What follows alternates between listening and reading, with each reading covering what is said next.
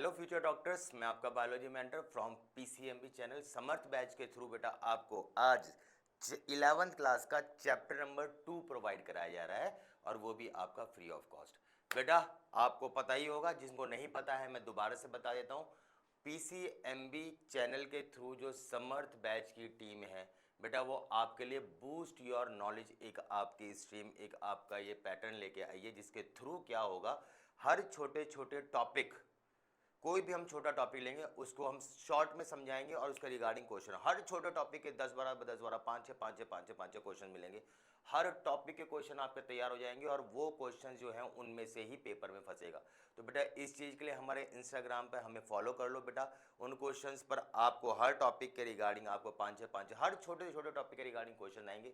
जब ये छोटे छोटे 5-5 क्वेश्चन आपके इकट्ठे हो जाएंगे, 10 टॉपिक के 50 क्वेश्चन हो जाएंगे बेटा।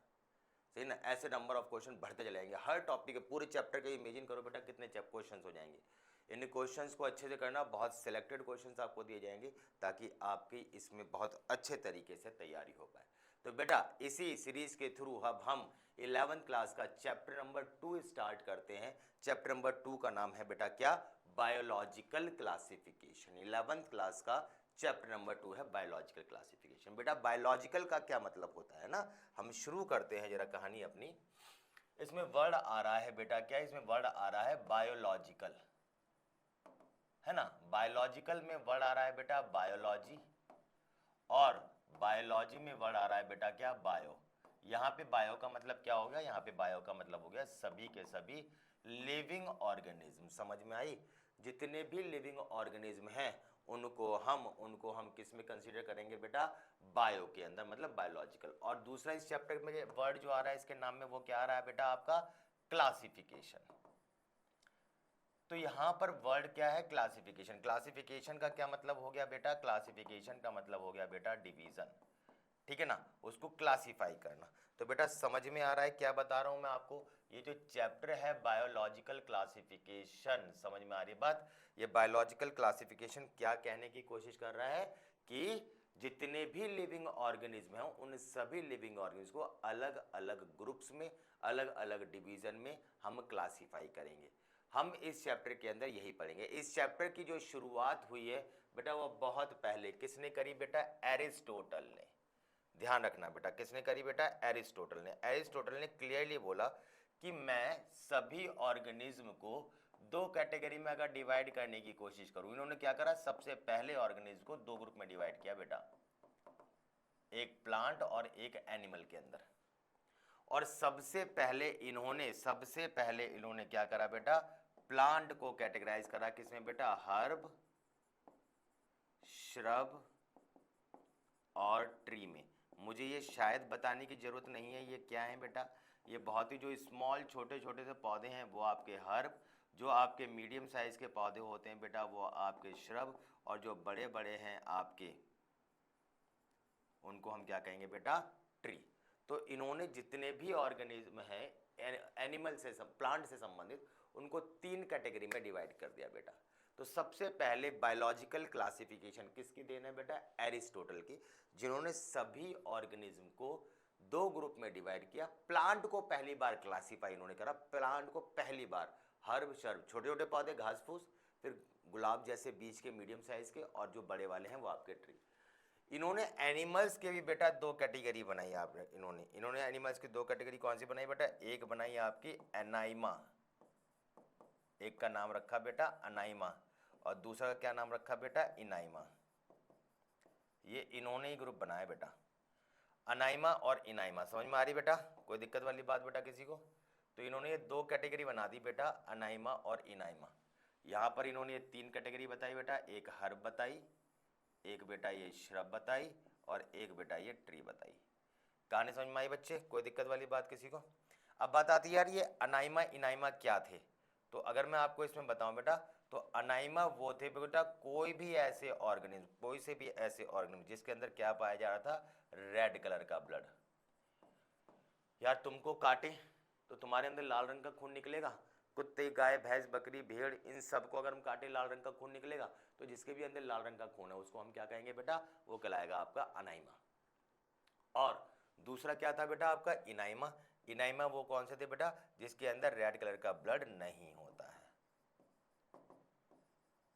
कॉकरोच वगैरह हो गया बेटा, इनके अंदर रेड कलर का ब्लड नहीं होता है। समझ में आई बात? इनको अगर हम देखें तो इनको बोलते हैं हम इनाइमा। सबको समझ में आया बेटा? तो ये कैटेगरी जो है वो सबसे पहली बार जो है वो अरिस्टोटल ने डिवाइड किया। पॉइंट ये आता है यार कि हमने ये कैटेगरीज को डिवाइड किया, हमने इन कैटेगरीज को डिवाइड किया, तो जरूरत क्या पड़ गई हमें? हमें किसी भी ऑर्गेनिज्म को या किसी भी लिस्ट को क्लासिफाई करने की जरूरत क्या है, हम क्यों क्लासिफाई कर रहे हैं बेटा उनको? तो सिंपल सा एक लॉजिक है मेरे बच्चे कि हमें नीड ऑफ क्लासिफिकेशन क्यों है। सबसे पहले बेटा नीड ऑफ क्लासिफिकेशन किस लिए पड़ती है बेटा? सबसे पहली बात आती है प्रॉपर स्टडी के लिए। सिंपल सी बात है यार, हमें प्रॉपर स्टडी, हमारे स्कूल में अलग अलग स्टैंडर्ड्स के लेवल पर क्लासेस को क्यों डिवाइड किया गया कि ये 8th है, ये 9th है, ये 10th है, ये 11th है, ये 12th है? क्योंकि अलग अलग लेवल पर हमारी कॉम्प्लेक्सिटी ऑफ स्टडीज भी बढ़ जाती हैं। 8वीं क्लास का टॉपिक वही होगा, वो आसान सा होगा, 9वीं का थोड़ा और टफ होगा, वही टॉपिक। भाई फोटोसिंथेसिस है, 5वीं क्लास में कुछ और पढ़ाया जाएगा, 10वीं क्लास में कुछ और पढ़ाया जाएगा, 11th में किसी और लेवल पे पढ़ाया जाएगा, नीट में किसी और लेवल पे पढ़ाया जाएगा, सेम टॉपिक। तो क्लासिफिकेशन अगर होगा अलग लेवल पे तो हम उसको अलग अलग लेवल के हिसाब से उसको नॉलेज प्रोवाइड करा सकते हैं। 11th क्लास आपकी है तो सभी के सभी 10th पास करके आए बच्चे, फिर आपने क्यों क्लासिफाई करा कि भाई ये साइंस स्ट्रीम में जाएगा, ये कॉमर्स में जाएगा, ये आर्ट्स में जाएगा? क्योंकि सबका माइंड सेटअप अलग है, सबका माइंड सेटअप है। जनरल बात बता रहा हूं, ऐसा नहीं, एक्सेप्शंस आर ऑलवेज देयर, मैं जनरल बात बता रहा हूं। कुछ लोग ऐसे हैं जो बेटा जो ह्यूमैनिटीज में ज़्यादा फिट रह सकते हैं, वो लोग वहाँ की पढ़ाई बहुत अच्छे कर सकते हैं। कुछ लोग कैलकुलेटिव होते हैं, वो कॉमर्स में बहुत अच्छे करते हैं। किसी का साइंटिफिक अप्रोच होती है, वो साइंस वाले की ज़्यादा अच्छी पढ़ाई कर सकते हैं। तो स्टूडेंट्स को उनके माइंड सेटअप के अनुसार आपने कैटेगराइज करा, तो हमें उनके बारे में स्टडी करने में और उनको भी अपने बारे में, अपनी स्टडीज़ के बारे में स्टडी करने में ईजी गोइंग रहता है। क्लासिफिकेशन करने का बेटा सबसे पहला जो रीज़न था, वो प्रॉपर बेस जो था वो था उनकी प्रॉपर स्टडी के लिए। हमें किस किस लेवल पे स्टडी करनी है भाई? हमें नीड ऑफ क्लासिफिकेशन क्यों है? हमें क्लासिफिकेशन क्यों करनी है? हमें क्लासिफिकेशन इसलिए करनी है बेटा ताकि, कहाँ पर आता है वो, एक बॉक्स वाला बनता है ना, चलो ठीक है। हमें क्यों करनी है बेटा क्लासिफिकेशन? क्योंकि हम उसको कैटेगराइज करें, है ना बेटा? किसी भी चीज को कैटेगराइज करने के लिए, सही है ना, अगर हम इसको कैटेगराइज करने चाहें, उसको कैटेगरीज में डिवाइड करने की कोशिश करें बेटा, तो हमें क्यों डिवीजन जरूरी है बेटा? ताकि हम उसकी हायरार्की मेंटेन कर पाए। अगर हमें किसी के बारे में क्लासिफिकेशन सही से पता है तो हम बता सकते हैं ये वाला जानवर यहाँ था, ये वाला यहाँ, ये वाला यहाँ, ये वाला यहाँ, लेवल वाइज लेवल। इसकी स्पीशीज ये है, जीनस ये है, इसका ऑर्डर, फैमिली और किंगडम वगैरह ये है। सबको समझ में आई बात? उससे हमें क्या फायदा होता है?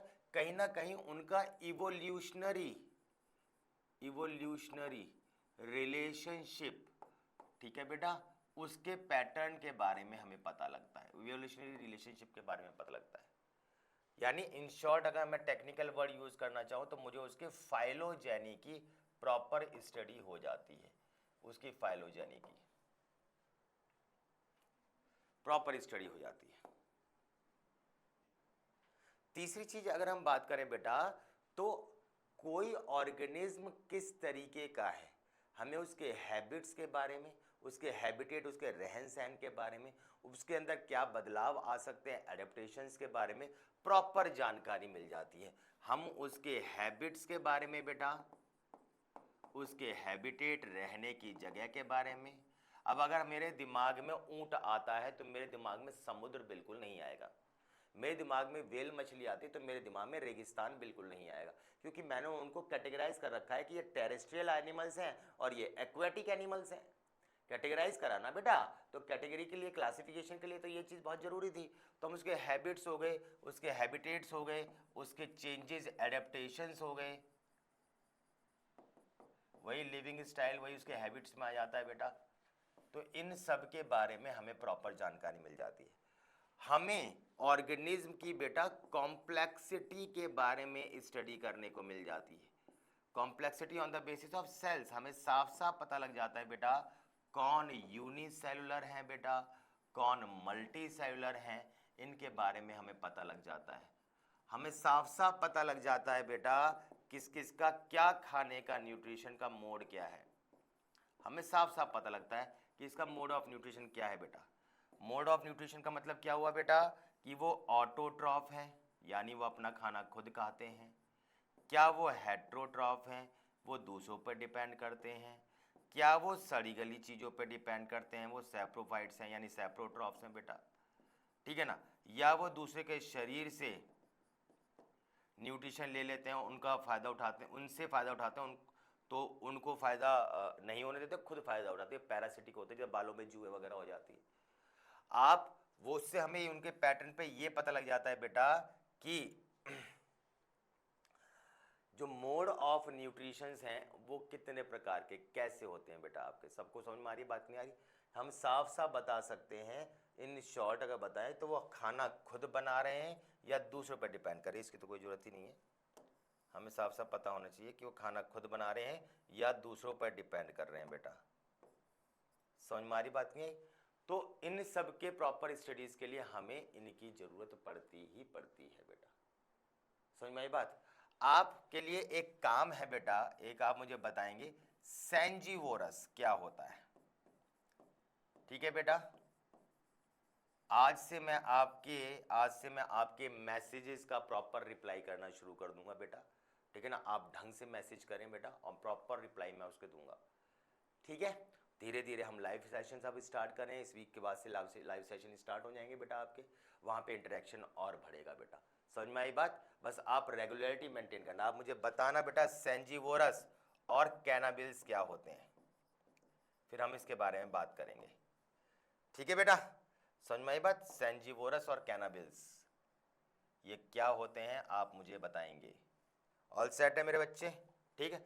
ये भी ऑर्गेनिज्म के टाइप हैं, ये मैं आपको हिंट दे रहा हूँ, ठीक है ना। ये ऑर्गेनिज्म के टाइप है, आप मुझे बताएंगे ये कौन होते हैं, फिर मैं आपका रिप्लाई दूंगा। आपने लास्ट क्लास में रेड फॉक्स का जो मैंने क्वेश्चन पूछा था, आपने बिल्कुल सही बताया, बिल्कुल सही बताया बेटा, ठीक है बेटा। 5 किंगडम क्लासिफिकेशन के बारे में मैंने पूछा था, ये किसने 5 किंगडम क्लासिफिकेशन नहीं, वो जो 5 लेवल ऑफ हायरार्की थी, ठीक है बेटा, सही है।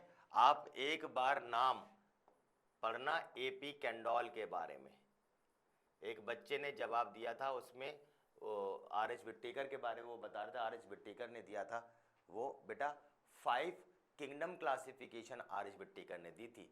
मेरा क्वेश्चन था 5 लेवल ऑफ टैक्सोनॉमिक हायरार्की, ठीक है बेटा। Hierarchy, species, genus, family, order, वो जो हम उसकी बात कर रहे थे चैप्टर नंबर 1 की, आपने जवाब दे दिया 5 किंगडम क्लासिफिकेशन का, ठीक है बेटा। तो वो जवाब आपका गलत था जो आपने उसके कमेंट में लिखा, पर ये आपने कोशिश करी, मैं बहुत इसके लिए थैंकफुल हूँ बेटा। मैं आपसे यही उम्मीद करता हूँ, हम अगर मेहनत कर रहे हैं तो मैं शायद इतनी उम्मीद आपसे कर सकता हूँ कि आप बिल्कुल इंटरेक्टिव रहें, हर सवाल का जवाब दें। इतनी उम्मीद करना मेरे हिसाब से कुछ गलत तो नहीं है, ठीक है ना बेटा। ये उम्मीद मैं रख सकता हूँ आपसे, और इस उम्मीद को आप पूरी तरीके से फुलफिल करेंगे, ऐसी मेरी उम्मीद है, ठीक है बेटा।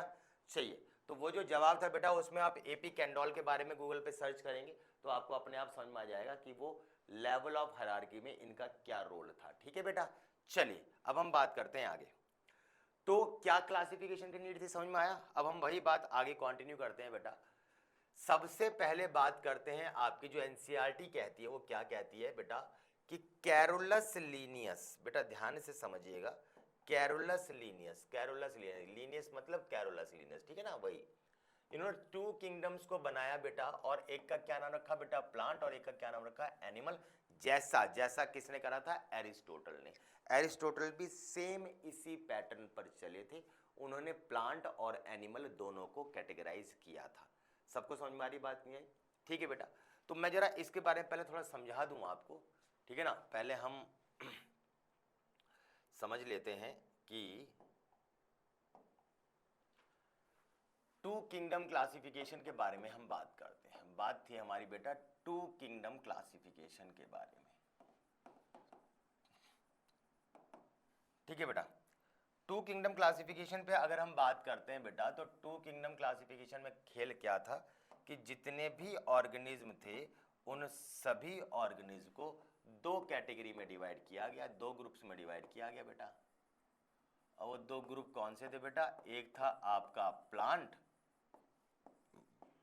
और एक था आपका एनिमल।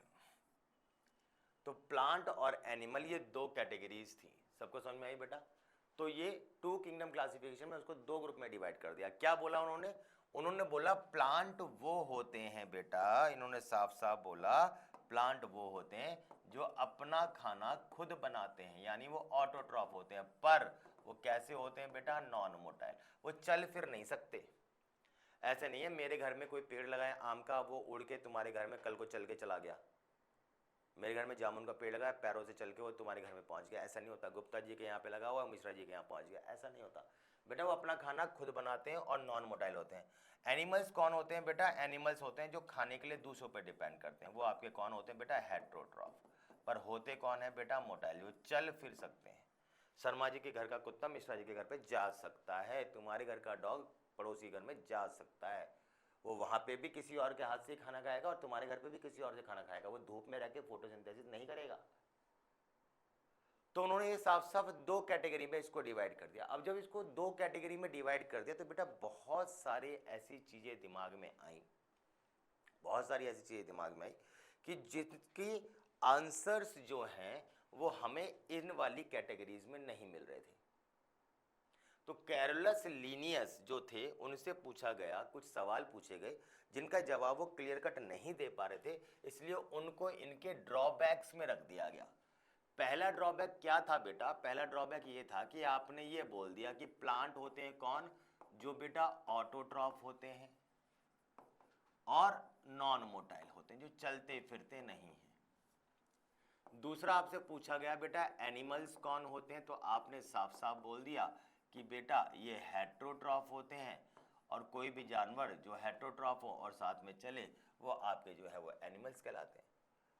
पर इनसे जब पूछा गया तो इनसे पूछा गया भाई कुछ जानवर ऐसे भी तो हैं तो जो दोनों कैरेक्टर शो कर रहे हैं, वो आपके अपना खाना खुद भी बनाते हैं और साथ में चलते भी तो हैं।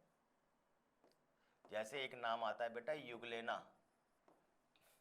अब तुम इनको किस कैटेगरी में रखोगे भाई?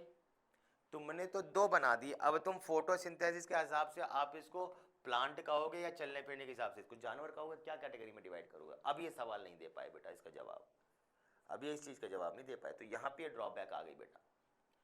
दूसरी ड्रॉबैक ये आ गई कि इसके अंदर किसी भी तरीके से ये नहीं पता लग पा रहा था कि कौन यूनिसेलुलर है ऑर्गेनिज्म है, कौन मल्टी सेलुलर ऑर्गेनिज्म है। इसमें साफ साफ कहीं पर भी अगर हम देखें तो हमें ये पता लग ही नहीं पा रहा था किसी भी तरीके से कि यूनिसेलुलर कौन सा ऑर्गेनिज्म है, मल्टी सेलुलर कौन सा ऑर्गेनिज्म है। यूनिसेलुलर समझते हो ना बेटा क्या होता है? यानी जिनमें एक सेल पाई जाती है और एक से ज्यादा जिसमें पाई जाती है उसको बोलते हैं मल्टी सेलुलर। इस कैटेगरी में आप किसी भी तरीके से ये बिल्कुल नहीं बता पा रहे थे कि बेटा कौन प्रोकैरियोट ऑर्गेनिज्म है और कौन यूकैरियोट।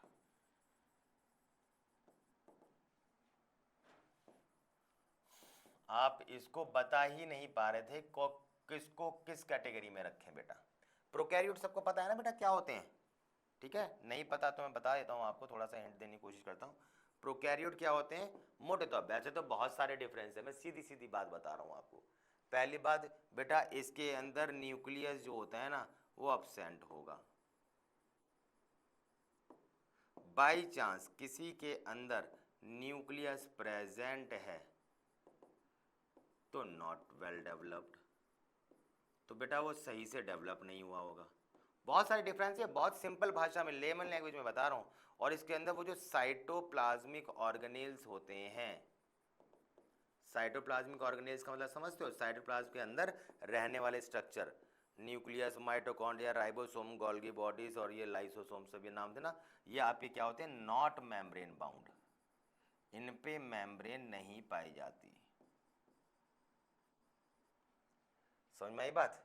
यहां हम यूकैरियोट में बात करें तो ये क्या होता है? ये होता है आपका न्यूक्लियस कैसा होता है बेटा? प्रेजेंट और वेल डेवलप्ड होंगे बेटा। न्यूक्लियस बहुत अच्छे से काम कर रहा होगा, डीएनए वगैरह सब सेट काम करेंगे, और इसमें जितने भी उसके अंदर स्ट्रक्चर्स होते हैं उन सब के अंदर मेम्ब्रेन पाई जाती है, सभी के अंदर मेम्ब्रेन पाई जाएगी। ठीक है बेटा, तो ये इनके डिविजन्स में हम नहीं बता पा रहे थे, ठीक है ना। बहुत बड़ा लफड़ा था भाई साहब एल्गी को लेके, बहुत सारी चीजें प्रॉब्लम आ रही थी एल्गी को लेके, बहुत बड़ा क्वेश्चन मार्क्स था। एल्गी की बहुत सारी डिविजन्स हैं, उनको देख के हम पता ही नहीं लगा पा रहे थे कि हम इसको किस कैटेगरी में रखें, हम इसको प्लांट में रखें, हम इसको किस कैटेगरी में रखें, क्योंकि कुछ एल्गी जो थी वो मूवेबल भी होते हैं, उनके गैमेट्स मोटाइल होते हैं, मूव करते हैं। एल्गी और फंगस जो होती है ना बेटा, देखो आम तौर पर इनके अंदर क्या होता है, आम तौर पर मैं एक बात बताऊं कि जितने भी मेल्स होते हैं उनके गैमेट्स मूव करते हैं। एल्गी और फंगस में फीमेल गैमेट्स भी मूव करने की क्षमता रखते हैं। इनमें वो जो मूव करने के लिए सीलिया फ्लैजिला नाम सुने होंगे वो होते हैं। अब अगर मैं इसे प्लांट मान लेता हूं बेटा, तो ये तो मूव कर रहे हैं, इनमें फ्लैजिलास पाए जा रहे हैं, उन फ्लैजिला की हेल्प से चल रहे हैं, या आगे चल के हम पढ़ेंगे चैप्टर में, अभी तो स्टार्टिंग ही तो है, पहली क्लास ही तो है, सब कुछ थोड़ी ना बता सकते हैं बेटा इसमें। तो ये बहुत बड़ा क्वेश्चन मार्क था बेटा कि इन सबको किस कैटेगरी में रखें, बड़ी दिक्कत सी हो रही थी। अब फंगस है मशरूम मान लो, अब मशरूम को अगर मैं प्लांट मान लूं तो यार वो फोटोसिंथेसिस नहीं कर पाती, क्योंकि वो तो ग्रीन है ही नहीं, पर वो नॉन मोटाइल है, यानी वो प्लांट के कैरेक्टर शो कर रही है, नॉन मोटाइल है तो प्लांट के कैरेक्टर शो कर रही है। तो मैं किस में रखूं, अभी तो समस्या आ गई कि मूव नहीं करती है, जहां उग गई वहीं है, तो ये नॉन मोटाइल है, प्लांट के कैरेक्टर शो कर रही है, पर वो फोटोसिंथेसिस तो कर ही नहीं पा रही है। तो अब इसको किस कैटेगरी में, तो ये बेटा कुछ बहुत बड़े क्वेश्चन मार्क्स थे जो टू किंगडम क्लासिफिकेशन में डेवलप हो रहे थे। तो फिर क्या हुआ बेटा, जब ऐसा हुआ तो हुआ क्या बेटा, फिर थ्री किंगडम क्लासिफिकेशन आया। थ्री किंगडम क्लासिफिकेशन किसने दिया बेटा, हैकल ने।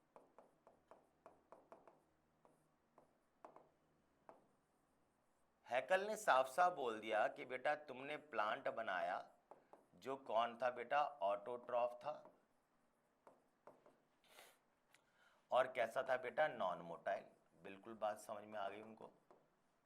फिर इन्होंने बोला बेटा तुमने एनिमल कैटेगराइज कर दिया जो कैसा था बेटा, हेट्रोट्रॉफ और मोटाइल। तो इन्होंने बोला वो जो तुम्हारे दिमाग में क्वेश्चन मार्क आया है क्या, कि यार ये ऑटोट्रॉफ भी होने, ऑटोट्रॉफ जो फोटोसिंथेसिस करते हैं चलते फिरते हैं, यानी दोनों मान लो, ऐसे पौधे, सिंपल भाषा में समझाने के लिए बता रहा हूँ, ऐसे पौधे जो चलते हों या ऐसे जानवर जो फोटोसिंथेसिस कर रहे हो, मतलब तो दोनों का सेम ही निकल रहा है ना।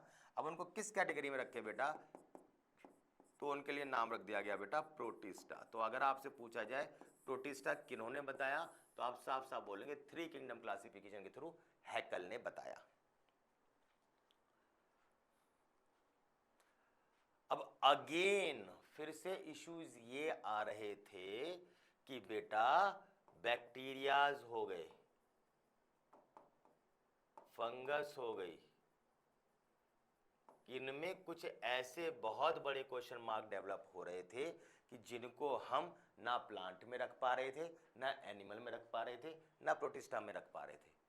रख रहे थे तो उनकी जो डिविजन्स थी, सब डिविजन्स थी, कुछ इन चीज़ों को फॉलो कर पा रही थी, कुछ नहीं कर पा रही थी। क्योंकि मेन बेसिक क्या था कि हम लोग उनको ये देख रहे थे कि कौन कौन प्रोकैरियोट है, कौन कौन यूकैरियोट, हमें ये भी देखना था। हमें ये भी देखना था कौन यूनिसेलुलर है, कौन मल्टीसेलुलर है। हमें ये भी देखना था कौन ऑटोट्रॉफ है, कौन हेट्रोट्रॉफ है। बहुत सारे क्राइटेरियाज थे जिनके बेसिस पर हम इनको डिवाइड कर रहे थे। तो इनके कुछ टाइप जो थे वो इसको फॉलो करते थे, कुछ टाइप किसी और को फॉलो करते थे। कुछ टाइप इनको अगर 10 है तो 10 में से 5 इस चीज़ को फॉलो कर रहे हैं, 5 किसी दूसरे क्राइटेरिया को फॉलो कर रहे हैं। तो एज ए वो जो ग्रुप है, अब हम उसको किस में माने बेटा, तो बड़ी समस्या आ गई।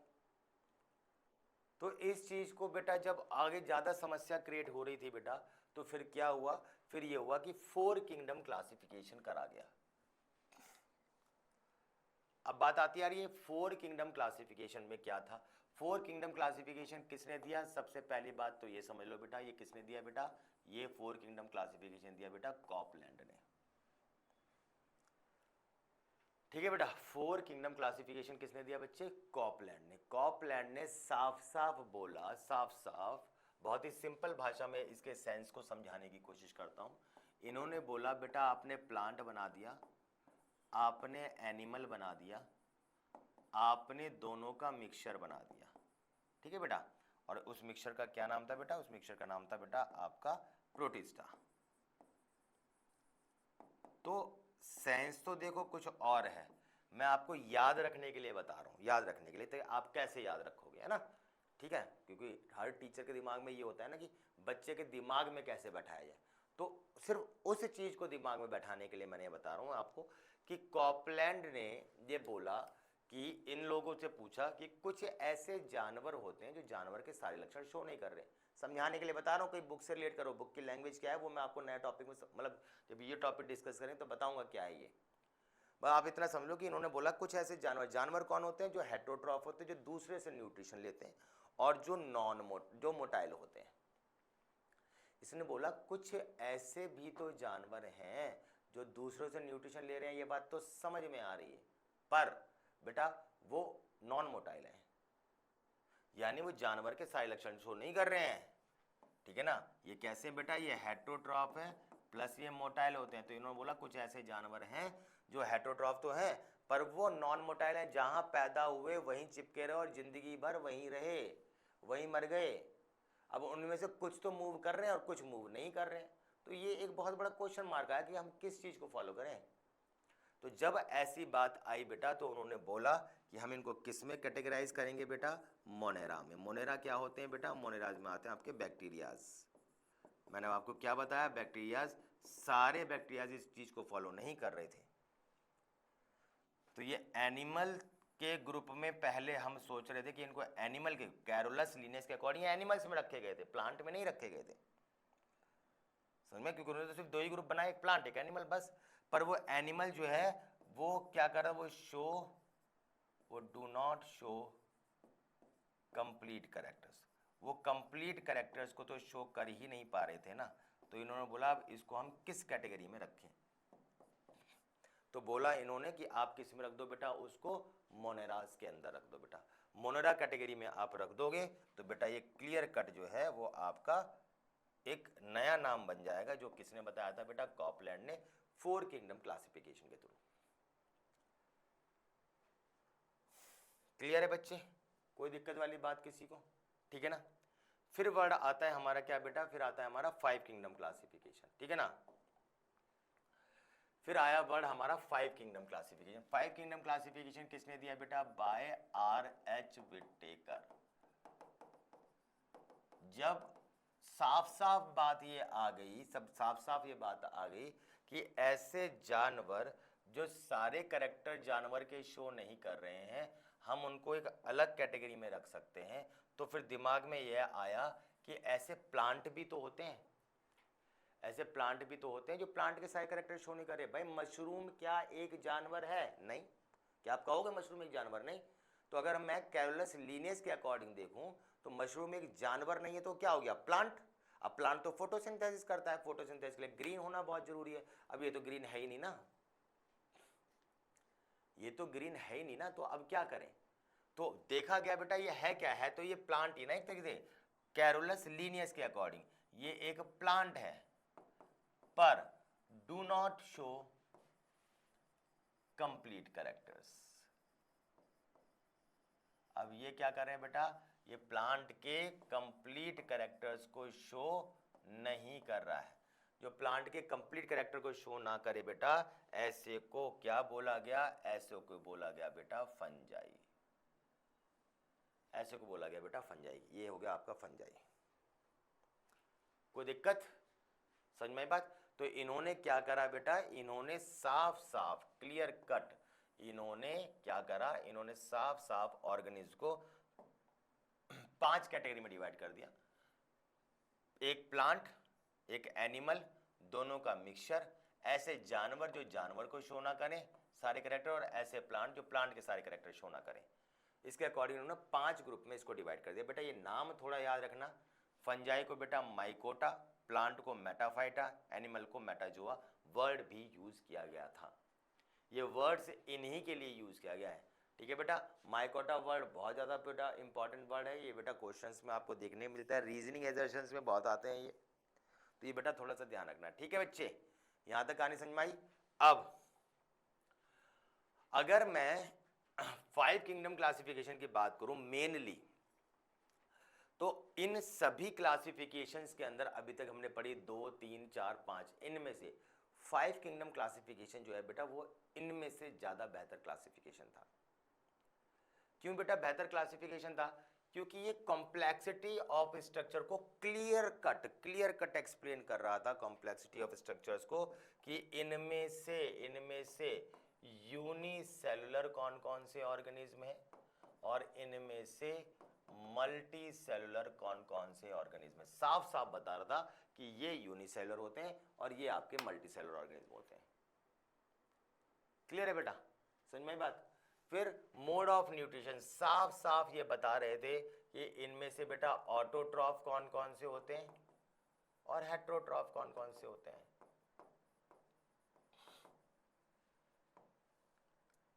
कॉम्प्लेक्सिटी ऑफ बॉडी ऑर्गेनाइजेशन साफ साफ पता लग रहा था बेटा कि कौन कौन से ऑर्गेनिज्म प्रोकैरियोट हैं, कौन कौन से यूकैरियोट हैं। और अभी अभी मैंने बताया आपको प्रोकैरियोट वो होते हैं जो एक तरीके से अनडेवलप्ड है, न्यूक्लियस नहीं है, वेल डेवलप नहीं है, मेम्ब्रेन नहीं है। यूकैरियोट वो होते हैं जो डेवलप्ड होते हैं, मेम्ब्रेन होती है और इसके अंदर आपका न्यूक्लियस प्रेजेंट होता है। साफ साफ इन्होंने बताया सेक्सुअल रिप्रोडक्शन किस किस में होगा, किस किस में नहीं, और फाइलोजेनेटिक रिलेशनशिप भी इन्होंने साफ साफ बताया, यानी इवोल्यूशन के बेसिस पे साफ साफ इन्होंने एक्सप्लेनेशन देने की कोशिश करी कि बेटा कौन किससे कहां डेवलप हुआ। ये सब बातें हम पढ़ेंगे, अभी तो हम पहला एक इंट्रोडक्टरी क्लास ही तो ले रहे हैं। इस चीज में सब पूरा टॉपिक कैसे समझा दिया जाए बेटा, है ना? तो अभी आप सिंपल समझो, ये सब बातें इन्होंने कही, क्या कही, कैसे कही, टॉपिक वाइज टॉपिक, इस पर हम एक्सप्लेनेशन देते रहेंगे। क्लियर है बच्चे? कोई दिक्कत वाली बात तो नहीं ना? तो यहां तक टॉपिक सबको क्लियर हो गया बेटा, समझ में आ गई बात? बहुत बढ़िया। अब अगर हम इसके आगे बात करें बेटा, तो फाइव किंगडम क्लासिफिकेशन के क्या फायदे थे, अभी अभी हमने बात करी बेटा। जो इसके बेस थे वही सारे फायदे थे इसके। क्या क्या फायदे थे बेटा, एक्सप्लेन करने की कोशिश करते हैं जरा हम। अभी तक के हिसाब से इन्होंने जो मोड ऑफ न्यूट्रिशन था उसको क्लियरली एक्सप्लेन किया। क्लियरली इन्होंने एक्सप्लेन किया कि कौन आपका ऑटोट्रॉफ है, कौन हेटरोट्रॉफ है, कौन मिक्सचर है, कौन अपने आप बना सकता है, कौन किसी और की हेल्प से बना सकता है, कौन कौन बना सकता है, कैसे बना सकता है, ये हम टॉपिक में बेटा बताएंगे, है ना? अभी हम कैरोलस लिनेज के डिवीजन के बारे में पढ़ रहे हैं, ऑर्गेनिज्म के एक्सप्लेनेशन नहीं पढ़ रहे हैं। ऑर्गेनिज्म मतलब मोनेरा, प्रोटिस्टा, फंजाई, ये एक एक करके जब आएगा तब हम इसके बारे में एक्सप्लेनेशन देंगे, इसी चैप्टर में आएगा बेटा, अगली वीडियो से यही बनेगा बेटा, है ना? तो मोड ऑफ न्यूट्रिशन के बारे में उन्होंने बताने की कोशिश करी साफ साफ, ठीक है ना? उन्होंने सेलुलर ऑर्गेनाइजेशन क्लियरली एक्सप्लेन किया, सेलुलर ऑर्गेनाइजेशन के बारे में क्लियर कट एक्सप्लेनेशन देने की कोशिश करी। उन्होंने साफ साफ बेटा इवोल्यूशनरी डेवलपमेंट, यानी जो उसका बेस था वही तो आ गया, इवोल्यूशनरी डेवलपमेंट को एक्सप्लेन किया। इवोल्यूशनरी डेवलपमेंट का मतलब क्या हुआ बेटा, कि प्रोकैरियोट इनमें से कौन से थे, उनसे डेवलप होके कौन कौन से यूकैरियोट बने और वो कैसे बेटा बने। समझ में आई बात? कोई भी कंफ्यूजन वाली बात हुई ना? उन्होंने उनके केमिकल कॉम्पोजिशंस को क्लियरली बताने की कोशिश करी कि किसके अंदर कौन सा केमिकल पाया जाता है और उसका क्या काम है। सही है ना? स्पेशली किसमें बेटा, cell wall, cell membranes, depending upon उसके अंदर क्या चीज प्रेजेंट, उसका मेम्ब्रेन है, वॉल है या दोनों है। ये साफ साफ क्लियरली उन्होंने बताने की कोशिश करी बेटा। समझ में आ रही बात? कोई दिक्कत वाली बात तो नहीं ना? ठीक है। बहुत सारे ऐसे पहलू थे जो फाइव किंगडम क्लासिफिकेशन में थे, जिन्होंने जो 2, 3 और 4 वालों ने एक्सप्लेन नहीं कर पाया था, उन चीज़ों को एक्सप्लेन करने का इन्होंने पूरी तरह कोशिश करी और बहुत हद तक ये उस चीज़ में कामयाब भी रहे। पर बेटा नो वन इज़ परफेक्ट, ये बात आप सबको पता है, किसी न किसी के अंदर कोई ना कोई कमी तो रह जाती है। इन्होंने पूरी कोशिश करी कि ये 2, 3, 4 किंगडम क्लासिफिकेशन की जितने क्वेश्चन मार्क्स थे उनको क्लियर कर दें, पर इनको वो पूरी तरीके से क्लियर नहीं कर पाए और इनके बेटा कुछ डीमेरिट्स भी थे। समझ में आ रही बात? इनके बेटा कुछ डीमेरिट्स भी देखने को मिल रहे थे। अगर मैं उन डीमेरिट्स की बात करूं बेटा, इनमें डीमेरिट्स क्या थे, तो बेटा सबसे पहला डीमेरिट क्या था बेटा, कि प्रोटिस्टा की ही बात करते हैं बेटा। प्रोटिस्टा अगर मैं प्रोटिस्टा के बारे में बताने की कोशिश करूं बेटा, तो क्या हो रहा था कि प्रोटिस्टा क्या है बेटा, प्रोटिस्टा ना जब मैं आपको पढ़ाऊंगा तो उसमें बताऊंगा बेटा बहुत ही फ्लेक्सिबल स्ट्रक्चर है, बहुत ही फ्लेक्सिबल स्ट्रक्चर है। इसका मतलब क्या हुआ कि इसके अंदर मल्टीपल क्राइटेरियाज पाए जाते हैं जो कंडीशंस के अकॉर्डिंग कभी इस ग्रुप में डिवाइड हो जाएगा, कभी वो उछल के इसमें पहुंच जाएगा। कभी बेटा वो मोटाइल ज्यादा शो हो रहा है, कभी वो फोटोसिंथेसिस ज्यादा कर रहा है, कभी वो बीमारी करवा रहा है, कभी वो क्लियर कट फोटोसिंथेसिस तो कर रहा है साथ में टॉक्सिन्स रिलीज करने लग रहा है बेटा, कभी वो टॉक्सिन रिलीज ना करते हुए फ्लेक्सिबिलिटी को मेंटेन करने की कोशिश कर रहा है। मैं समझ में नहीं आ रहा, इसके अंदर मल्टीपल क्राइटेरियाज थे। कुछ क्राइटेरिया को अगर हम फॉलो करके किसी कैटेगरी में रखते थे तो क्या होता था, दूसरे क्राइटेरियाज की वजह से हमें ये क्वेश्चन मार्क उठता था कि भाई इसको इसमें क्यों रखा, किसी और में रखो। यानी कुल मिला के क्योंकि प्रोटिस्टा एक बहुत बड़ा क्वेश्चन मार्क है, बहुत बड़ा क्वेश्चन मार्क है, तो ये भी उसको क्लियर कट डिवाइड नहीं कर पा रहे थे कि इन बेसिस पर हमने साफ साफ बोला ये प्लांट और एनिमल दोनों कैरेक्टर शो करते हैं, सही है ना। पर कुछ जगह पर ऐसे थे जहां पे मैक्सिमम जो है वो प्लांट के कैरेक्टर शो कर रहे हैं, 90% तक 95% तक प्लांट आ रहा है, एनिमल बहुत कम आ रहा है। तो अब लगता है कि जब ज़्यादातर कैरेक्टर प्लांट के हैं तो इसको प्लांट में रख देना। सभी एग्जाम्पल्स इसके सभी रूल्स को फॉलो नहीं करते थे। भाई अगर मैंने बोल दिया कि मैं एक इंसान हूं तो दुनिया के जितने इंसान हैं वो मेरे रूल को फॉलो करेंगे। मेरी 2 टांगें तो उनकी भी 2 टांगें होंगी, मेरी 10 उंगलियां तो उनकी भी 10 उंगलियां होंगी, मेरी 2 आंखें तो उनकी भी 2 आंखें होंगी। पर इनके एग्जाम्पल्स में हम देख रहे थे कुछ एक के अंदर वेरिएशन देखने को मिल रहा था, तो पता ही नहीं लग पा, हम एक क्लियर कट स्टेटमेंट नहीं लिख पा रहे थे कि भाई प्रोटिस्टा में ये चीज़ होती है। बहुत सारी चीज़ें, ऑल्दो हमने बहुत सारी चीज़ें एक्सप्लेन करी हमने, मतलब इन्होंने, लेकिन सभी कुछ clear cut on the basis of their 100% example characteristics हम ये बात क्लियरली नहीं बोल पा रहे थे बेटा, समझ में। दूसरी क्या प्रॉब्लम हो रही थी बेटा, वो ये बताए थे कि हमें पता है, मैंने आपको पहले बोला था आपको एल्गी और फंगस बहुत बड़ा क्वेश्चन मार्क रहा है डिवीजन में, क्योंकि एल्गी हो गई काई। अब एल्गी के बहुत सारे एग्जाम्पल्स हम पढ़ेंगे चैप्टर नंबर 3 के अंदर, बहुत सारे एग्जाम्पल्स हम पढ़ेंगे बेटा, सही ना। अब उनमें कुछ को तो बेटा प्लांट में रख दिया और कुछ को प्लांट में रख ही नहीं पा रहे थे। अगर हमने बोल दिया एल्गी एक प्लांट है तो उसको प्लांट के अंदर रखें, पर बेटा हम देख रहे थे वो प्लांट के कैरेक्टरिस्टिक्स को, कुछ इसके एग्जाम्पल, कुछ इसका टाइप शो ही नहीं कर पा रहे। हम उसकी सेल वॉल देख रहे हैं, हम उसकी सेल मेम्ब्रेन देख रहे हैं, हम उसकी सेलुलर ऑर्गेनाइजेशन देख रहे हैं, यूनिसेलुलर है कि मल्टी सेलुलर है। तो एल्गी कुछ यूनिसेलुलर पाई जा रही है, कुछ मल्टी सेलुलर पाई जा रही है, कुछ में कुछ और कलर पाया जा रहा है, कुछ में कुछ और कलर पाया जा रहा है। कुछ के अंदर वो जो फ्लैजिला है वो है, किसी के अंदर नहीं है। फ्लैजिला समझ रहे हो ना, वो जो धागे जिनकी हेल्प से चलेंगे, किसी में 2 पाए जा रहे हैं, किसी में 10 पाए जा रहे हैं। तो पता ही नहीं लग पा रहा था कि एल्गी, अगर मैंने बोल दिया, अगर मैंने बोल दिया मैं इंसान हूं और मेरी 2 टांगे हैं तो सबकी 2 ही टांगे होंगी ना। मैंने बोल दिया एक एल्गी है उसके अंदर 10 फ्लैजिला होते हैं तो बेटा 10 होंगे ना सबके अंदर। अब किसी में 10 है, किसी में नहीं है, किसी में है ही नहीं, किसी में 2 है, किसी में 5 है, किसी में 10 है। अब ये तो इस स्टेटमेंट को सही नहीं कर पा रहा ना। तो एज ए ग्रुप एल्गी को क्लियर कट एक्सप्लेनेशन नहीं मिल पा रही थी बेटा। समझ में आ रही बात, नहीं आ रही है, चीजें क्लियर है बेटा। स्लाइम मोल्ड बेटा है ना, स्लाइम मोल्ड, स्लाइम मोल्ड मतलब आमतौर पर ऐसे मान के चलो ये तो फंगस है ना। जब मैं आपको प्रोटिस्टा पढ़ाऊंगा तो प्रोटिस्टा के 3 टाइप पढ़ाऊंगा बेटा, photosynthetic protista, consumer decomposer protista और प्रोटोजोन प्रोटिस्टा। उसमें जो कंज्यूमर डिकम्पोजर प्रोटिस्टा है ये आपका स्लाइम मोल्ड का दूसरा नाम है। अब है तो ये consumer decomposer slime mould protista एक प्रोटिस्टा, पर वो कैरेक्टरिस्टिक्स फंगस के शो कर रहा है, तो हमें तो फंगस में रखना चाहिए था। पर फंगस फोटोसिंथेसिस कर नहीं पाती, फंगस फोटोसिंथेसिस नहीं कर पाती है। अब ये है तो फंगस पर फोटोसिंथेसिस कर रही है, तो कैरेक्टरिस्टिक्स फंगस की शो कर रही है और फोटोसिंथेसिस कर रही है, तो बेटा ये आपका जो है ये जो है वो फंगस का कैरेक्टरिस्टिक नहीं है। तो कैटेगरी किस में रख दी गई बेटा, इसको कंफ्यूजन हटाने के लिए प्रोटिस्टा में रख दिया गया, क्योंकि 100% ये जानवर तो है नहीं। तो अब ये समझ में नहीं आ रहा था, मतलब ये मेरी बातें जो मैं स्टेटमेंट बोल रहा हूँ सब कुछ समझ में आपको इसलिए नहीं आ रही होंगी अभी, क्योंकि अभी आपने प्रॉपर वर्ड्स प्रोटिस्टा नहीं पढ़ा, प्रॉपर वर्ड एल्गी नहीं पढ़ा, प्रॉपर आपने मोनेरा बैक्टीरियाज नहीं पढ़े। जब इनके बारे में पढ़ोगे इन सभी लाइनों को मैं रिकॉल करूंगा। अभी सिर्फ एक आइडिया ले लो कि ऐसे ऐसे करके कुछ बवालबाजी है इसके अंदर, क्या है वो तो देखो, जब पूरा टॉपिक पढ़ोगे तभी समझ में आएगा। भाई मैं तुम्हें एल्गी थोड़ी ना पढ़ा रहा हूँ, मैं तुम्हें प्रोटिस्टा थोड़ी ना पढ़ा रहा हूँ, मैं तो उनके बारे में बता रहा हूँ। ठीक है बेटा, तो ये स्लाइम मोल्ड्स को हम उसके अंदर कैटेगराइज नहीं कर पा रहे थे बेटा, समझ में आई बात नहीं आई? ठीक है, फिर मैंने आपको अभी बताया एल्गी के बहुत सारे टाइप्स हैं बेटा, यूनिसेलुलर भी है, मल्टी सेलुलर एल्गी भी है। आपकी एनसीईआरटी में भी लिखा हुआ है बेटा क्लेमाइडोमोनास और वॉल्वॉक्स के बारे में।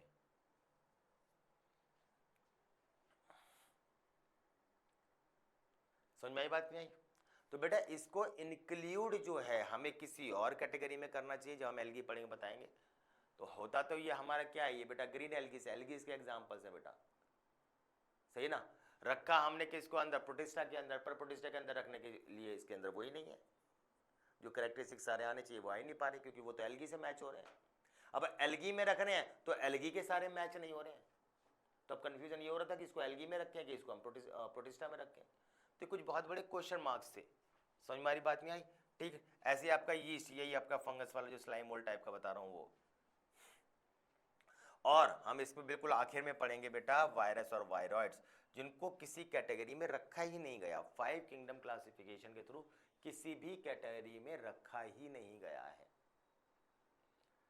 जबकि है तो ये भी ऑर्गेनिज्म ही, तो इनको किसी ना किसी कैटेगरी में तो रखा जाना चाहिए था। ये प्लांट हो, एनिमल हो, प्रोटिस्टा हो, मोनेरा हो, किसी में तो रखते हैं हम, फंगस वगैरह में, इसको किसी कैटेगरी में रखा ही नहीं गया। तो बेटा ये इसके कुछ ड्रॉबैक्स थे 5 किंगडम क्लासिफिकेशन के। सबको समझ में आई बात बेटा, सही है ना? ठीक है, तो ये जो 5, अच्छा बहुत बेटा स्पेशल बात है बेटा, ध्यान से सुन लो, बहुत ही ज्यादा जरूरी, जो मैं आपको अभी समझा रहा था ना एल्गी वाला लफड़ा, वो जरा ध्यान से समझ लो क्या है बेटा, कुछ पॉइंट्स है। अच्छा हुआ ये पहले से लिखे हैं, इसका मतलब ये कुछ हटके पॉइंट्स हैं जो क्वेश्चन में आते हैं। मैंने आपको पहले बताया बेटा कि कुछ पॉइंट्स जो पहले से लिखे होते हैं, इसका मतलब ये है कि ये कुछ ऐसे इंपॉर्टेंट पॉइंट्स हैं जिन पे पेपर में क्वेश्चंस बहुत ज़्यादा पूछे जाते हैं। तो ये आपको थोड़ा सा ध्यान रखना है बेटा। एल्गी को अगर हम 2 किंगडम क्लासिफिकेशन की बात मान लें तो हमने उसको प्लांट के अंदर रखा था। तो एल्गी को हम पौधा मानते हैं, ग्रीन कलर की होती है, फोटोसिंथेसिस करती है। तो एल्गी को अगर हम प्लांट मान लेते तो एल्गी के जितने भी टाइप्स होंगे वो सब बेटा प्लांट कहलाएंगे। अब जब इसको डिटेल्ड वर्जन में सभी क्लासिफिकेशन के द्वारा डिस्ट्रीब्यूट किया गया तो देखा गया एल्गी को अलग अलग, कुछ एल्गी को किसी और में रख दिया, कुछ को किसी और में रख दिया, कुछ हैं सब प्लांट, पर उनके कैरेक्टरिस्टिक्स, उनके जो टाइप्स है वो सभी प्लांट के कैरेक्टरिस्टिक्स को शो नहीं कर पा रहे थे। कुछ शो कर रहे थे, कुछ नहीं कर रहे थे, इसलिए कुछ को तो प्लांट में रखा, कुछ को किसी और ग्रुप में रख दिया, कुछ को किसी और ग्रुप में रख दिया। ये सब क्या है, ये सब एल्गी है बेटा, ये सब एल्गी हैं। पर मोनेरा मतलब बैक्टीरिया वाला ग्रुप, तो ब्लू ग्रीन एल्गी जो नाम है बेटा वो बैक्टीरिया में इंक्लूड कर दिया गया, ये एल्गी प्लांट वाले ग्रुप में इंक्लूड नहीं है। यूग्लेनोफाइसी, बैसिलोफाइसी, डायनोफाइसी, ये क्या है बेटा, ये एल्गी के एग्जांपल्स हैं, पर इनको किस में रखा गया है बेटा, प्रोटिस्टा में, प्लांट में नहीं रखा गया है। Red algae, brown algae, green algae, ये वो हैं जिनको प्लांट में रखा गया है। तो ये सब एल्गी के टाइप हैं बेटा, पर आर.एच. विट्टेकर के थ्रू, इन आर.एच. विट्टेकर के थ्रू बता रहा हूं मैं आपको, उनके अकॉर्डिंग इन सभी एल्गीज को, ये सभी क्या है, जो एल्गीज हैं, इन एल्गी को किस में कैटेगराइज करा गया बेटा, कुछ को बैक्टीरिया में, कुछ को प्रोटिस्टा में, और कुछ को बेटा प्लांट्स में। तो इनको इसमें कैटेगराइज किया गया। कोई भी दिक्कत वाली बात हो तो मुझे बताओ बेटा। सबको समझ में आ गई बात? क्लियर है बच्चे? बहुत बढ़िया। अब हम आगे बात करते हैं। अगर हम 5 किंगडम क्लासिफिकेशन की ही बात करें बेटा, तो 5 किंगडम क्लासिफिकेशन जो था, मैंने आपको अभी बताया बेटा, उनको किसी आधार पर हमने डिवाइड किया, 5 ग्रुप में हमने इसको डिवाइड किया बेटा, है ना, 5 ग्रुप में डिवाइड किया गया है इनको। ठीक है ना, कौन कौन से बेटा, एक प्रोटिस्टा हो गया आपका, प्रोटिस्टा में बैक्टीरियाज आए स्पेशली, मतलब मोनेरा में बैक्टीरियाज आए, प्रोटिस्टा में प्लांट और एनिमल दोनों का मिक्सचर आया, फंजाई में ऐसे प्लांट आए जो प्लांट के सारे कैरेक्टर शो नहीं कर रहे थे, ठीक है ना, और प्लांट में प्लांट आया, एनिमल में एनिमल आया, और मोनेरा में क्या आ रहे थे, ऐसे जानवर जो जानवर के सारे कैरेक्टर शो नहीं कर रहे थे। मोटे तौर पे ऐसी तो हमने डिवीजन करी। इनको अगर हम ध्यान से देखेंगे तो बेटा जो जो आपके केवल बैक्टीरियाज थे, ये बैक्टीरियाज केवल और केवल ये बेटा, ये बैक्टीरियाज ही ऐसे थे बेटा जो प्रोकैरियोट्स हैं, बाकी सब यूकैरियोट्स हैं। यानी केवल बैक्टीरिया ही ऐसे हैं जिसका न्यूक्लियस जिसके अंदर नहीं पाया जा रहा। बाई चांस अगर न्यूक्लियस पाया जा रहा है तो वो वेल डेवलप्ड नहीं है। और क्या हुआ बेटा, और अगर उसके अंदर साइटोप्लाज्मिक स्ट्रक्चर देखे जाए तो वेल डेवलप्ड नहीं है। समझ में आई बात? ठीक। नेक्स्ट हम बात करें बेटा इनकी सेल वॉल। जो मोनेरा होती हैं इनकी नॉन सेलुलोजिक, सेलुलोज नहीं होती है, इसके अंदर पॉलीसेकेराइड और अमीनो एसिड पाए जाते हैं। पॉलीसेकेराइड मतलब ये आपका स्टार्च की बात चल रही है, यानी कार्बोहाइड्रेट की। तो कार्बोहाइड्रेट और अमीनो एसिड्स, कौन सा वाला कार्बोहाइड्रेट? पॉलीसेकेराइड। ठीक है बेटा। कुछ में ये मेम्ब्रेन सेल वॉल पाई जाएगी, कुछ में नहीं होगी, कुछ के अंदर होगी। उसके अंदर क्या, फंजाई में क्या पाया जाएगा बेटा? काइटिन। प्रोटिस्टा में ये बेटा कुछ में होती है, किस में नहीं। और बेटा प्लांट में सेलुलोज पाया जाता है और एनिमल के अंदर सेल वॉल होती ही नहीं है। न्यूक्लियर मेम्ब्रेन मैंने अभी बताया, मेम्ब्रेन बाउंड स्ट्रक्चर होंगे ही नहीं, किसके अंदर? प्रोकैरियोट्स के अंदर, बाकी सबके अंदर होंगे। बॉडी ऑर्गेनाइजेशन क्या है बेटा? बॉडी ऑर्गेनाइजेशन का मतलब ये सेलुलर है। सेलुलर मतलब क्या होगा? ये सेल के रूप में हमें दिखेगा, ये भी सेल के रूप में दिखेगा, ये बेटा सेल का ग्रुप बनाने लग जाएगा। और जब ये सेल का ग्रुप और ज्यादा मिल जाएगा तो ये टिश्यू और ऑर्गन बन जाएगा, और जब टिश्यू और ऑर्गन आपस में मिल जाते हैं तो ऑर्गन सिस्टम, यानी लेवल वाइज लेवल ये बढ़ते चले जा रहे हैं।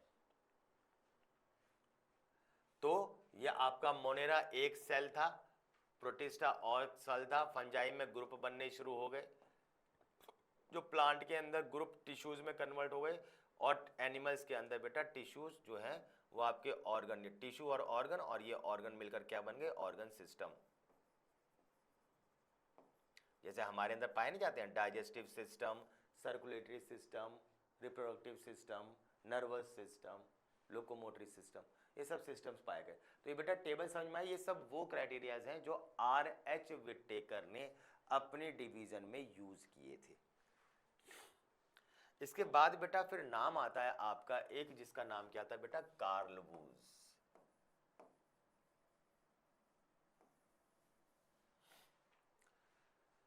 कार्ल वूज के बारे में अगर हम बात करते हैं तो कार्ल वूज कौन थे बेटा? ये वो थे जिन्होंने सभी ग्रुप को किस में डिवाइड कर दिया बेटा? 6 किंगडम क्लासिफिकेशन में डिवाइड किया। इन्होंने सभी ग्रुप्स को 6 किंगडम क्लासिफिकेशन में डिवाइड कर दिया। उसके लिए इन्होंने सभी, ये जो 6 किंगडम था, इस 6 किंगडम को इन्होंने 3 ग्रुप में डिवाइड कर दिया, जिसका नाम था 3 डोमेन क्लासिफिकेशन। तो 6 किंगडम क्लासिफिकेशन को ही 3 डोमेन क्लासिफिकेशन कहते हैं। इसने बेसिकली क्या करा था? इन्होंने, कार्ल वूज ने स्पेशली बैक्टीरियाज को डिवाइड किया था। इन्होंने स्पेशली बैक्टीरियाज को डिवाइड किया था। जैसे आर्किया, 3 ग्रुप, 3 डोमेन कौन से बनाए? 3 डोमेन बनाए बेटा, आर्किया, बैक्टीरिया और यूकैरिया। आर्किया के अंदर इन्होंने क्या रखा बेटा? Archie bacterias. आर्की बैक्टीरिया वो होते हैं जिनको हम पुराने बैक्टीरिया, एंशिएंट बैक्टीरियाज कहते हैं। और ये क्या होते हैं? जब मोनेरा पढ़ेंगे तब बताएंगे आपको, अगली क्लास में मोनेरा ही पढ़ेंगे बेटा। बैक्टीरिया के अंदर उन्होंने दूसरी बैक्टीरिया की डिवीजन बनाई, जिसका नाम क्या था बेटा? You bacteria. यू बैक्टीरिया वो थे जिनको हम मॉडर्न बैक्टीरिया कहते हैं आज के टाइम पे, चेंजेबल बैक्टीरियाज। और बाकी जितने भी थे, बाकी क्या रह गए? बाकी रह गए बेटा प्लांट, बाकी रह गए बेटा एनिमल, बाकी रह गए दोनों का मिक्सचर प्रोटिस्टा, और क्या रह गया बेटा? फंजाई। इन चारों को किस ग्रुप में रखा है इन्होंने? यूकैरिया के अंदर। तो कुल मिला के अगर आप इनको देखोगे तो आपको क्या दिख रहा है बेटा? 1 2 3 4 5 6। तो 6 किंगडम क्लासिफिकेशन जो है वो कितनी कैटेगरी में डिवाइड हो गई बेटा? आपकी 3, जिसको हम 3 डोमेन क्लासिफिकेशन भी कहते हैं। सबको समझ में आ गई बेटा? चीजें क्लियर है? तो ये 6 किंगडम क्लासिफिकेशन आपका आ गया। कोई दिक्कत वाली बात हो तो बेटा बताओ। क्लियर है बच्चे? ठीक। तो हम क्या पढ़ चुके हैं बेटा? हम यही पढ़ चुके हैं। अब एनसीईआरटी क्या कहती है थोड़ा सा ओवरव्यू देख लेते हैं बेटा। R.H. विटेकर ने 1969 में 5 किंगडम क्लासिफिकेशन को प्रपोज किया, और जिसका जो आधार था वो बॉडी के स्ट्रक्चर था, ऑर्गेनाइजेशन था, न्यूट्रिशन है, मोड ऑफ रिप्रोडक्शन और इवोल्यूशनरी पैटर्न, ये हम सब कर चुके हैं। कभी भी कैटेगराइज अगर हम किसी ऑर्गेनिज्म को कर रहे हैं तो बेटा उसके एक्सटर्नल और इंटरनल, उनकी मॉर्फोलॉजी और एनाटॉमी, मॉर्फोलॉजी मतलब बाहरी फीचर, एनाटॉमी मतलब आपका इंटरनल अरेंजमेंट। इन सभी की स्टडी जो है इवोल्यूशनरी पैटर्न पर, सेल के लेवल पर, सेल के कॉम्पोजिशन पर, कौन डेवलप है कौन डेवलप नहीं है, कौन यूनिसेलुलर है कौन यूनिसेलुलर नहीं है, इनके आधार पर सभी ने इनकी स्टडी करी, जिसकी बेस्ट स्टडी आर.एच. विटेकर ने करी। ठीक है बेटा, सबको कहानी समझ में आई? ठीक, तो कहानी समझ में आई। ये बात मैं अभी अभी आपको बता चुका हूं, ये कुछ एक्सेप्शनल कंडीशंस हैं जो मैंने आपको बताई थी, जिनके बारे में चीजें क्लियर कट करना किसी के लिए भी मुश्किल सा महसूस हो रहा है। जैसे मैंने आपको बताया ना, क्लेमाइडोमोनास हो गया, स्पायरोगैरा हो गया। बेटा रखना था हमें किसी को, इसको रखना था हमें किसको बेटा, एल्गी के अंदर। रख कहाँ रहे हम, किसी और के अंदर। पता ही नहीं लग पा रहा किसको कहाँ रखा जाए। कोई यूकैरियोट है, कोई नहीं है। मैंने आपको बताया ना कि बेटा ब्लू ग्रीन एल्गी है, एल्गी नाम आ रहा है तो हमें लग रहा है एल्गी यानी प्लांट के अंदर रखे, पर हमने रख कहाँ दिया, बैक्टीरियाज के अंदर। सबको समझ में आई बात? जबकि बैक्टीरिया कैसे होते हैं, प्रोकैरियोट, ठीक है ना, और उसके अंदर तुम यूकैरियोट ऑर्गेनिज्म को रख रहे हो। तो कुल मिला के मतलब कंफ्यूजन है ना। तो ये सारा का सारा पैराग्राफ जो एनसीईआरटी का है, जो बताता है कि प्रोकैरियोट में रखना था, रखा जा रहा है उसमें यूकैरियोट में, यूकैरियोट वाले को प्रोकैरियोट में, यूनिसेलुलर वाले को मल्टी में, मल्टी वाले को यूनि में, प्लांट वाले को किसी और में, किसी और वाले को। तो ये सब वो कंडीशंस हैं जो ऑलरेडी अभी हम डिस्कस कर चुके हैं, जिसमें हमने पढ़ा ये डीमेरिट्स ऑफ 5 किंगडम क्लासिफिकेशंस थी। समझ में आ रही बात नहीं आई बेटा? चीजें क्लियर है आपको? तो वो आपका ये सारा ये पैराग्राफ है, वो ये एनसीईआरटी का पैराग्राफ है बेटा, जो इसमें आपको पता होना चाहिए। हम बताया ना अभी, क्लोरेला हो गया, किसको किस में रखना है, क्लेमाइडोमोनास का हो गया, ये फंग आपकी एल्गी है, ठीक है ना। हमने इसको क्या करा, प्लांट में भी रख दिया, और हमने क्या कर दिया, इसको उठा के और ये आपका ये अमीबा वाले उसमें भी रख दिया। देखा गया एनिमल किंगडम के अंदर तो यार इसमें सेल वॉल होती नहीं है, उसके अंदर प्रेजेंट थी, फिर पता लगा यार इसमें तो होती नहीं है, तो तुमने वहां रख दी, उसके अंदर तो है, तो अब किस में रखें बेटा। तो ये बहुत सारी एक्सेप्शनल कंडीशंस थी जो आपको पता होनी चाहिए। इन सभी के लिए बार बार हर लेवल पर 2 किंगडम था, 2 किंगडम को और क्लैरिफाई करके 3 किंगडम बनाया गया, 3 से क्लैरिफाई करके 4 बनाया गया, 4 से बेटा 5 बनाया गया, 5 से 6 बनाया गया, ताकि जितनी भी क्वेश्चंस आपके उठ रहे हैं कि पहले उठा के किसी और कैटेगरी में रख दिया, फिर तुमने किसी और में रख दिया, किसको किस में रख दिया, अभी मैंने शॉर्ट में समझाया है आपको, क्योंकि एक दिन में मैं प्रोकैरियोट पूरा मोनेरा, प्रोटिस्टा, फंजाई नहीं पढ़ा सकता। पर जैसे जैसे हम इन टॉपिक को लेंगे, उन टॉपिक को जब हम डिटेल में पढ़ेंगे तो मैं बताऊंगा, देखो इसमें ये समस्या आ रही थी, इसलिए इसे उठा के इस वाले ग्रुप में रखा गया। समझ रहे हो आप?